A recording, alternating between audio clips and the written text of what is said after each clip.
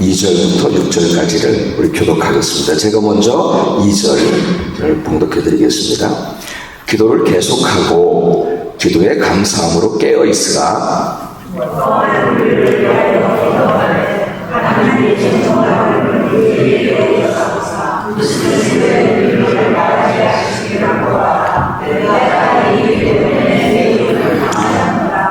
그리하면 내가 마땅히 할 말로써 이 비밀을 나타내리라.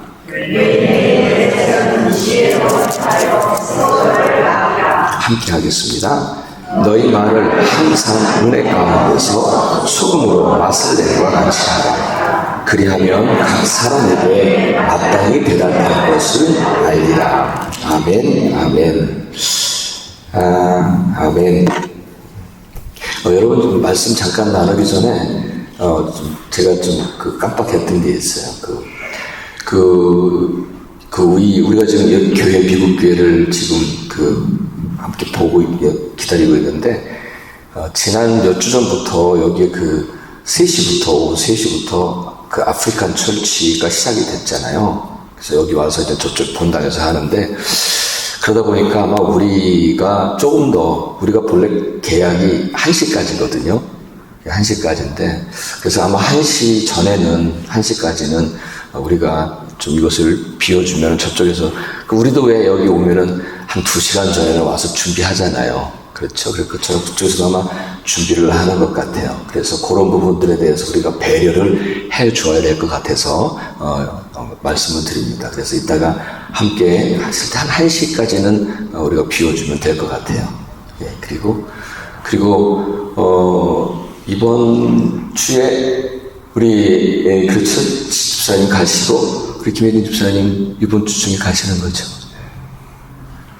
안전하시고, 그리고 행복한 시간들 되시기를 축복합니다. 먼저 가신 분들도 계세요. 그래서 거기서 서로 만나시는 것도 좋겠고, 그럼 부담 드리는 거 아니에요. 예, 어쨌든, 예, 모든 여정들이 다 평안하시고, 또 안전하시기를 축복합니다. 아멘. 예. 자, 우리 말씀 나누겠습니다. 오늘은 지난주에 함께 읽은 바울 서신 중에서 이 골로새서 이 본문을 택해서 이 말씀 속에서 주님이 무엇을 우리에게 말씀하시는지 그것을 함께 생각해보고 나누는 시간을 갖기를 원합니다. 여러분, 바울 서신을 읽어나가다 보면 바울이 가진 교회에 대한 생각들을 우리가 알 수 있어요. 그 중에 하나가 바로 골로새서 1장 24절 말씀이에요. 예, 골로새서 1장 24절. 우리 한 목소리를 읽을까요? 함께 하겠습니다. 시작. 나는 이제 너희를 위하여 받는 괴로움을 기뻐하고 그리스도의 남은 고난을 그의 몸된 교회를 위하여 내 육체에 채우노라. 아멘. 이 말씀을 하더라고요. 그러니까 바울에게 있어서 여러분, 교회는 매우 중요했어요. 물론 그가 전도했던 도시마다 가서 그는 교회를 세웠기 때문이었을 것입니다. 하지만 그런 표면적인 이유만은 아니었어요. 보다 깊은 의미가 있었다는 거예요. 그에게 있어서 교회라고 하는 것은 뭐냐면 그리스도의 남은 고난을 자기 육체에 채우는 곳이었다라고 말합니다. 교회라고 하는 것은 그러니까 그리스도의 남은 고난을 채워가는 곳이에요. 다시 말씀드리면 그리스도의 고난에 동참하는 것이 바로 교회라고 하는 것이다. 다시 말해서 자기가 교회를 위해서 고난을 당하고 또 교회를 위해서 애쓰고 수고하는 것, 그리고 정말 진정한 교회를 위해서 세워가기 위해서 애쓰고 수고하는 것, 그것은 곧 그리스도의 남은 고난을 자기 육체에 채우는 것이며 그리스도의 고난에 동참하는 것임을 믿었다는 거예요.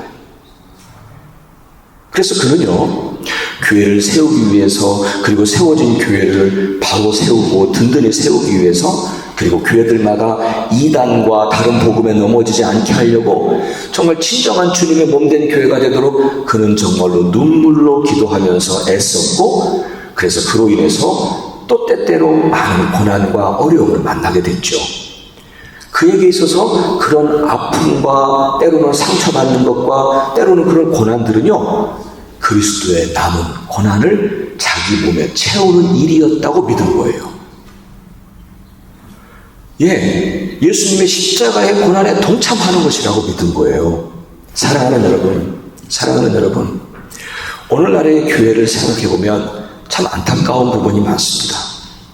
불완전해서 그리고 허물들도 많아요. 그래서 목회자들을 비롯해서 저를 비롯해서 교회 조직과 행정 그리고 교회 사역을 가까이 가서 들여다보면 시험드는 분들이 많아요. 허물이 많아서 그래요. 연약해서 그래요. 이것은 비단 오늘날의 교회만의 문제는 아닙니다. 사도 바울 당시만 하더라도 이미 교회들 안에는 다 여러 문제들을 안고 있었더라고요. 그럼에도 불구하고 사도 바울은 여전히 교회를 포기하지 않았어요. 교회들에 대하여 때때로 분노하기도 하고 때때로 상처를 받았어요. 자기가 그토록 사랑하며 세웠는데 희생하며 세운 그 교회로부터 그는 수없이 많은 상처를 받아야 했어요. 많은 오해를 받아야 했어요. 그래도 그는 교회를 위해서 애쓰고 수고했던 것을 기쁘게 여겼다고 말합니다. 왜냐하면 그것이 곧 그리스도의 고난을 자기 육체 가운데 채우는 것임을 믿었기 때문입니다. 아멘. 여러분들도 교회를 위해서 정말 애쓰고 수고하지 않으세요? 그렇죠? 때로는 오해도 받아요. 교회를 위해서 하려고 하다 보면 사도 바울처럼 때로는 오해도 받아요. 때로는 상처도 받아요. 아파요. 힘이 들어요. 봉사하는 거 쉽지 않아요. 그러나 그것은 여러분 그리스도의 고난에 동참하는 것이며 그리스도의 고난을 내 육체에 채우는 일임을 믿으시기를 바랍니다. 아멘. 에베소서 3장 10절에서 보면은 사도 바울은 교회를 향한 하나님의 계획과 하나님의 뜻이 무엇인지를 깨달았어요. 그래서 세 번역으로 읽어드릴게요. 세 번역, 에베소서 3장 10절입니다. 그것은 이제 교회를 통하여 하늘에 있는 통치자들과 권세자들에게 하나님의 각가지 지혜를 알리시려는 것입니다. 이렇게 되어 있어요. 이제는 교회를 통하여라고 되어 있습니다. 사도들도 죽을 것이고 그렇잖아요. 사도들도 다 죽을 것 아니에요? 그리고 사도 바울 본인도 죽을 거예요. 그러니까 이제는 사도 시대가 이제 지나갈 거예요. 다 죽을 거니까. 그래서 다 지나가고 나면 하나님은 이제 무엇을 통해서요? 교회를 통해서 당신의 구원의 비밀을 세상에 알리시려는 것이 하나님의 계획이었다는 것을 말씀하고 있는 거예요. 그렇습니다. 사도들도 다 죽었어요, 이미. 사도 바울, 그도 죽었어요. 그리고 이 땅에 교회가 남았어요.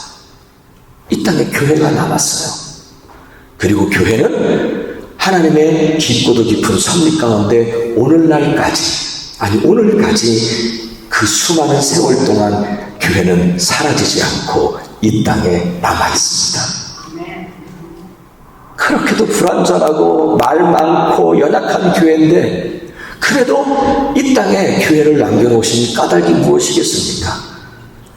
이제는 교회를 통해서 당신의 구원의 비밀을 세상에 알리시기 위함인 줄 믿습니다. 아멘. 그런 의미에서 교회를 생각한다면 허물도 많고 손가락질 당하는 것도 일수이고 교회 소문 들어보면 여러 가지로 그렇죠. 허물 많아요. 그래도 여전히 교회는 이 땅의 소망이고 하나님은 이런 불완전한 교회를 통해서 당신의 구원의 비밀을 세상에 알리시려 하심을 믿습니다.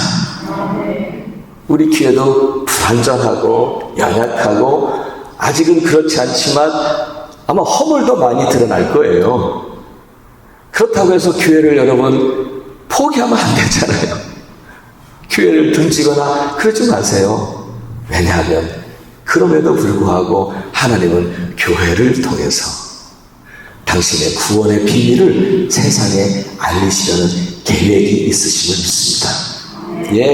그러신 거예요. 따라서 여러분 그 하나님의 계획을 우리가 다시 안다면 우리도 교회를 바라보면서 안타까운 부분이 있지만 멀리하거나 포기하거나 둥들이지 마시고 그래도 여전히 교회임을 믿으시고 사도 바울과 같이 교회를 위해서 애쓰고 수고하고 고난은 당하는 것이 주님의 고난에 참여하는 것임을 믿으시고 주님의 몸된 교회를 소중히 여기며 사랑하시기를 주의 이름으로 간절히 부탁합니다.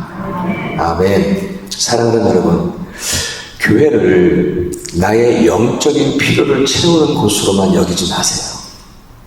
이제 우리 교회를 바라보는 시선을 한번 이렇게 바꿔보면 어떨까요? 내가 바라는 교회가 되는 것보다는 하나님이 바라는 교회가 되는 것이 옳습니다. 맞습니까?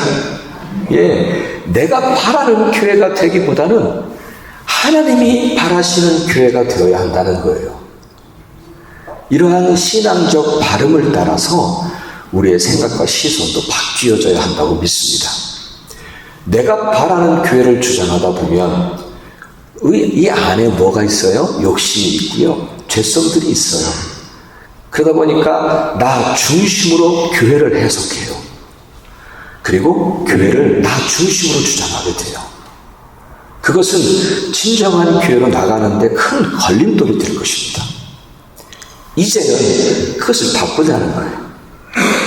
이제는 하나님이 바라시는 교회, 하나님 중심으로 교회를 해석하고 하나님 시선으로 교회를 바라보자는 겁니다. 여러분, 교회 주인은 누구인가요? 당연히 목사는 아닙니다. 그렇다고 교인인가요? 그것도 맞지 않습니다. 그것을 주장하지 마세요. 교회 주인은 교인이야 라고 주장하지 마세요. 간혹 교인들이 좀 책임감을 가지고 봉사하고 헌신하도록 격려하기 위해서 교회 주인은 교인들이다 라고 말하는 것을 저도 많이 들었어요. 하지만 여러분, 그것은 교회의 본질을 훼손할 수 있는 위험한 발상입니다. 아무리 봉사가 필요해도 아무리 헌신이 필요해도 그것은 아닙니다. 우리 교회의 주인은 한 분이십니다. 주인은 둘이 될 수가 없습니다.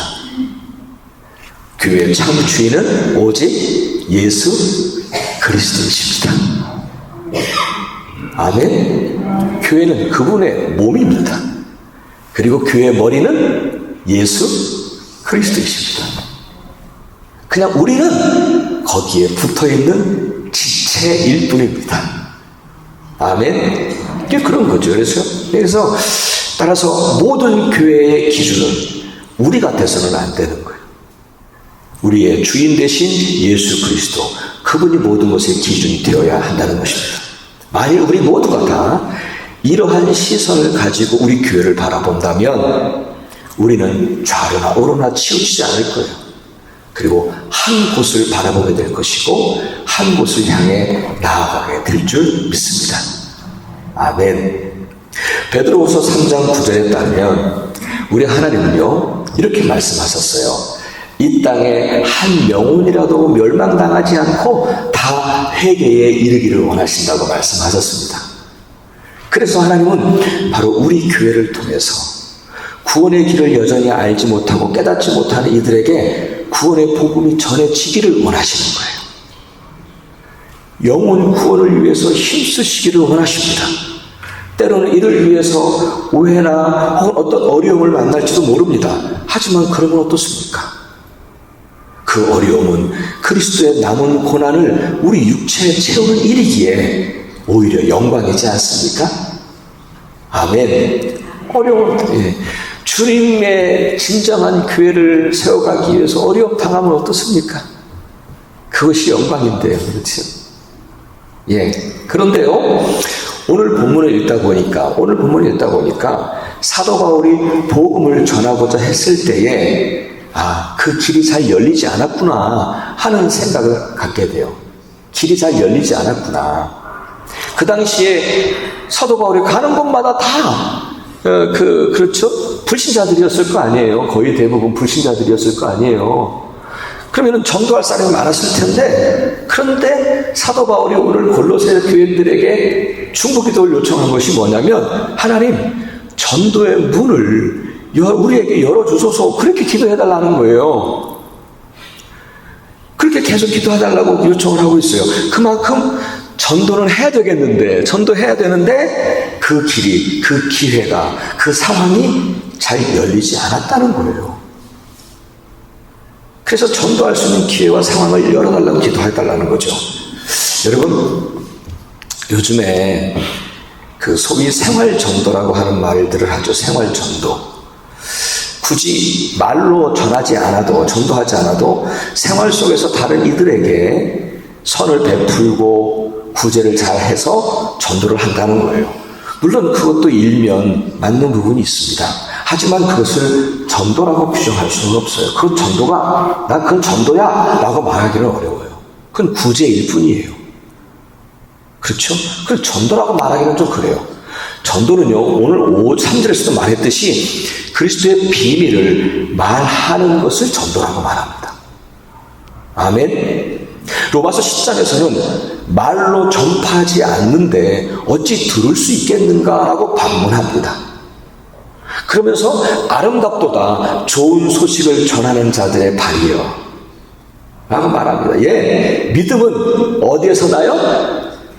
들음에서 나요. 들음에서. 근데 전하지 않는데 어찌 듣겠습니까? 말로 말해주지 않는데 어떻게 듣겠습니까? 믿음은 들음에서 나는데, 그렇죠? 예, 오늘 이 사도 바울은 내가 생활 전도를 위해서 기도해달라고 요청한 게 아니에요. 4절에서 말씀하고 있듯이 내가 마땅히 해야 할 말로써 이 비밀을 나타낼 수 있도록 기도해달라는 거예요. 예, 마땅히 해야 할 말로써 전도할 수 있는 길과 기회와 상황을 열어달라고 기도해달라는 거예요. 사랑하는 여러분, 저는 우리 교회가 이것을 놓고 계속 기도해야 할 줄 믿습니다. 여러분, 정말 그래요. 우리가 뭐 생활 속에서 잘 살면 뭐 그것이 전도지. 물론 일면 맞는 부분이 있어요. 하지만 그것을 전도라고 말하지는 못해요. 전도는 뭐예요? 마땅히 해야 할 말로써 그리스도의 비밀인 구원의 길을 전해주는 거예요. 그들이 알게 하는 거예요. 그들로 하여금 알게 하는 거예요. 근데 그들이 그 길을 믿음은 들으면서 나는데, 들어야 되는데 말하지 않는데 어떻게 들어요? 말하지 않는데. 사랑하는 여러분, 우리가 이 사도 바울이 중보기도 요청했던 것처럼 주여 우리에게 전도의 문을 열어달라고 하는 것은 말로 전할 수 있는 기회와 상황과 어떤 그런 것들을 우리에게 열어달라는 거예요. 저도 우리 교회가 이 기도가 계속 이어져야 한다고 믿습니다. 그렇죠? 그렇게 좀 열어달라고 계속 우리 기도해야 돼요. 계속해서 5절과 6절을 봅니다. 우리 5절과 6절을 우리 함께 좀 읽어볼까요? 5절과 6절 함께 하겠습니다. 시작. 외인에게 대하여서는 지혜로 행하여 세월을 아끼라. 너희 말을 항상 은혜 가운데서 소금으로 맛을 낸과 같이 하라. 그리하면 각 사람에게 마땅히 대답할 것을 알리라. 이 구절들도요, 같은 말씀을 하고 있는 거예요. 5절에 보면은 세월을 아끼라라고 하는 구절이 있죠. 그것은 세번역에서 뭐라고 표현하고 있냐면 기회를 선용하라 라고 되어 있습니다. 영어 성경에서는 make the most of every opportunity 라고 되어 있어요. 다시 말씀을 드리면 이렇게 표현할 수 있어요. 불신자들이나 혹은 믿지 않는 자들과 이렇게 만나게 되잖아요. 여러분 혹시 오늘 김치축제에 가서 그럴 수도 있어요. 그렇죠? 믿지 않는 자들이나 혹은 복음에 함께하지 않는 자들을 만나게 된다면 그 시간을 의미 없이 그저 흘려보내지 말고 그 시간을 지혜롭게 활용하라는 거예요. 아멘. 예, 아멘. 그 시간을 지혜롭게 활용하는 거예요. 그래서 6절에서 말하기를 이어지는 6절에서 너희 말을 그들과 함께 대화를 하게 되잖아요. 그렇죠? 그렇게 말을 할 때 항상 은혜 가운데 소금으로 맛을 냄과 같이 하라. 여러분, 우리가 이 말로 아름다운 소식을 전하는 자들이잖아요. 그럴 때 소금으로 맛을 내과 같이 하라는 거예요. 여러분, 우리가 은혜 받은 그리스도인의 맛을 내는 말들을 하라는 거예요. 아멘. 예. 그러면은 열매를 맺죠. 전도의 열매를 맺을 수 있어요. 우리가 말을 하는데 은혜 받은 그리스도인의 맛을 내는 거예요. 그래서 그것을 가지고 예수 그리스도의 복음을 이렇게 전해주면 열매가 있을 줄 믿습니다. 오늘 그 얘기를 하신 거예요. 그렇죠?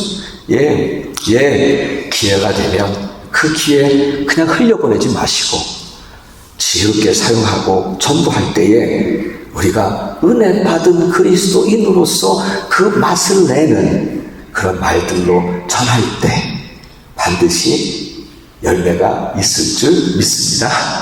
아멘, 아멘. 여러분, 전도라고 하는 것은 언제나 우리가 크리스찬으로 살아가면서 우리에게 큰 부담으로 다가올 때가 사실 많아요. 전도라고 하는 것 자체가. 그러나 여러분, 우리 안에 기본적으로 하늘 소망이 있다고 하면, 내가 정말 믿어서 천국에 갈 수 있다라고 하는 확신이 있다고 하면, 그러면 우리들의 입술이 열릴 수밖에 없음을 믿습니다. 그렇잖아요. 우리가 어디 가서 병원에 가서 정말 어려운 수술을 잘 받아서 살 수 있었어요. 그렇다고 하면 여러분, 그와 똑같은 병으로 죽어가고 있는 그에게 그 사람을 만난다면 여러분, 그에게 뭐라고 말하겠습니까? 입이 닫혀지겠습니까? 열리겠습니까? 입이 열릴 수밖에 없어요. 아니, 자기 저쪽에 가서 그 어느 의사가 있는데 수술 정말 잘했어. 내가 그 똑같은 병을 얻었었는데 그 사람 때문에 내가 나았어라고 입이 열려서 얘기하지 않을까요? 내가 확신을 가졌으니까. 여러분, 우리는 이 땅에 누구나 다 똑같은 길을 가고 있습니다. 우리는 영원히 이곳에서 살지 못합니다. 여러분, 오늘도 우리는 뒤를 돌아보면 너무 빨리 지나갔어요. 벌써 2023년 10월을 바라보고 있습니다. 우리는 10년 후에도 똑같이 얘기할 거예요. 왜 이리 시간이 빨리 갔냐고. 우리의 인생은 정말 화살이 지나간 것 같이 빠를 거예요. 우리는 이 땅에 그런 이 세상의 소망을 두고 사십니까? 이 땅에 그 소망을 가지고 뭘 붙잡겠다고요? 그렇게 빨리 지나가는 삶인데, 우리는 이 땅의 삶은 그렇게 빨리 지나가지만 우리는 앞으로 영원한 삶이 있다고 하는 것을 믿는 믿음의 사람들입니다. 우리에게 늘 하늘 소망을 가지고 살아요.